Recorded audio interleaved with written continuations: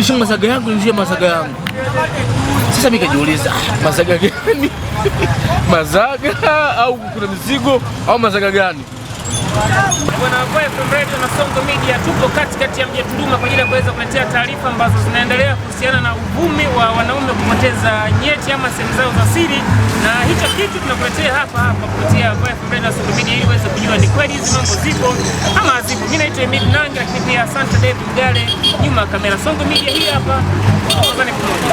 Nafikiri ukiwa mgeni kugusa mtu unaachana na wewe. Wajua mkuza mtu masaga kwa pande pale kama wale wapi Kisima. Kuna population ya watu.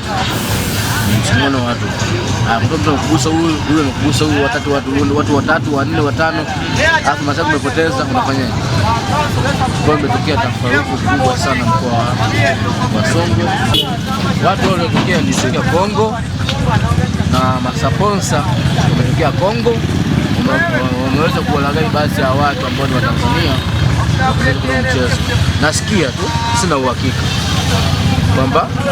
kwamba kuchukua saga la mtu mmoja ni milioni 50. Ndio maana vijana wengi washapewa mahela huko mtaani, mwanangu mzazi wa masaga yetu mali hivyo tu kaka. Na mpaka sasa hivi waliouliwa ni kama ngapi kwa kusikia? Sina idadi watu waliouliwa mwanangu. Bila nasikia tu kila siku baada hizi kama hii wiki iliyopita. Kila siku nasikia matukio huko. Hata wafanya nini sina idadi sasa hivi. Kwa sababu sio serikali sijui idadi ndio. Sasa naona umevaa kinga hii hapa. Aliyewaambieni kwamba hii ni kinga ni nani? Mitandao ndio hivyo tu. Kwamba kuna baadhi ya mtu ambaye anachukua masaga ya wanaume baada ya kufinywa kifinyo kikali. Basi alilopoka kwamba kinga ni balobente na nini na pini. Kwa mpaka sasa hivi pini sio kwenda deni. Uweza ni pini moja ni shilingi 3000. Bale bendi tulikuwa ndio sio 50 sio shingapi. Ndio tulikuwa ni adimu. Sababu watu wanajua ni kinga ndio hivyo.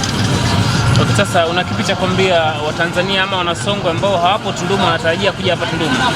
Ukiwa kama ni mgeni ukija Tunduma, basi ulizia taratibu, fuata taratibu. Cha kwanza epuka misongamano. Cha kwanza usigusane na mtu.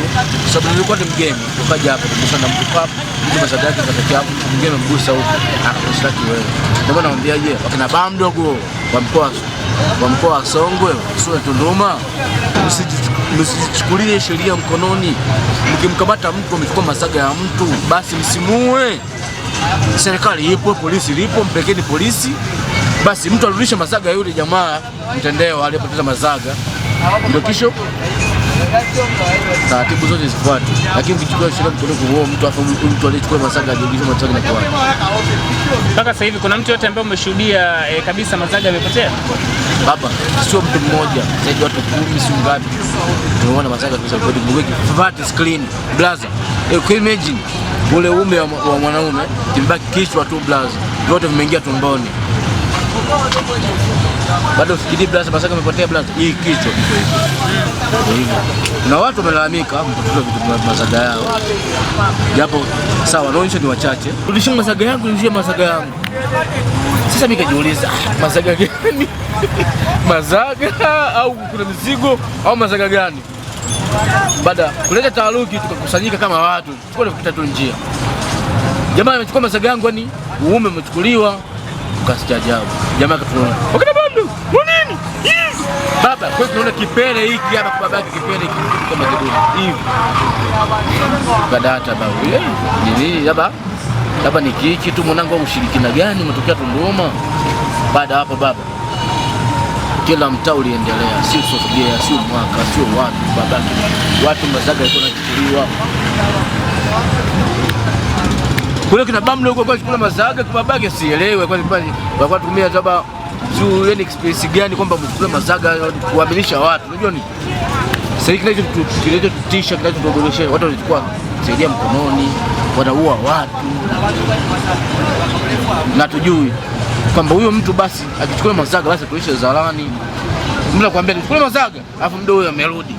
Mwingine amrudishia ya kizungu, mwingine ya mtoto, mwingine ndefu zaidi.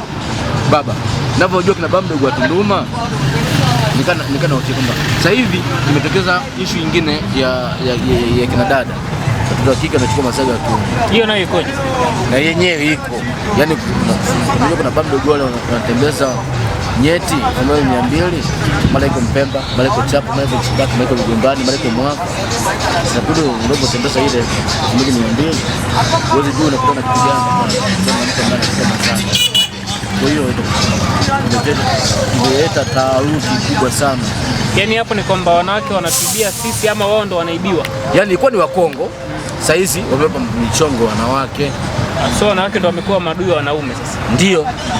Kwa sisi Mazaga hatukuliwe ili watu wabaki flat screen. Sasa you can imagine kuna familia. Sasa hapo tuambie njia gani ambazo mwanaume anaweza kupoteza mali zake? Umalaya. Kutembeza nyeti ovyo ovyo. Mara uko Chipaka, uko Mpemba, mara uko mpakani, uko Lugombani, Kaloleni. Sababu huwezi jua adui kwa wapi. Wewe unatembeza nyeti zako ndio kitu ambacho inaleta. Hiyo njia ya kwanza. Ya pili? Njia ya pili, mtu akigusa bega unajisikia msisimko kwa ndani ya mwili. Mara ghafla nyeti zinaingia tumboni. Kuna tetesi ya kwamba kuna namna gani ukiguswa bega unapoteza nyeti. Sasa kwa sababu mimi haijanitokea, siwezi kuthibitisha kuwa hiyo issue ni serious. Umeelewa? Mimi sina rubber band wala sina pini. Ila mtu asijichanganye, kama ni kweli asijichanganye mtu.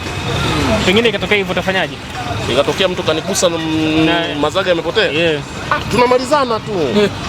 Umeelewa? Labda niende nyumbani nikute nyumbani Mazaga yamepotea, lakini mtu aniguse hapa ndo yapotea hapa. Lazima arudishe. Lakini pia umesikia kinga, pengine unaweza kumwambia pia Mtanzania kinga ni zipi za kujilinda dhidi ya hawa watu ambao wanaiba mali zetu? Kwa sababu asilimia kubwa watu wanasema ni kuvaa pini pamoja na rubber band. Na kwenye mitandao tunaona watu wanaposti, tuna namba za simu za watu wetu, ndugu zetu wanaposti sana status, unakuta mtu amevaa rubber band ameunganisha pamoja na pini, kwa maana kwamba ndio wanakiri kwamba ni kinga. Kwa aliye mbali unaweza kumwambia hizi kitu kweli zipo? Siwezi kuthibitisha kuwa hii kitu ipo, japokuwa jana kulizuka kwelikweli. Jana watu wamepigwa, wengine wameuawa. Nadhani tumeangalia taarifa za habari kwenye vyombo mbalimbali, tumeona taharuki ilikuwa inaendelea. Sasa mtu anayetamani kuja Tunduma kwa mara ya kwanza nikuta kumwambia aje tu Tunduma. Aje Tunduma. Ila azingatie nini? Anachokiamini, mimi naweza nikasema aamini anachokiamini. Akiamini kuvaa pini na rubber band avae, akiamini kuwa free tu awe free, aendelee na majukumu yake. Bwana, mimi nikushukuru sana. Shukrani.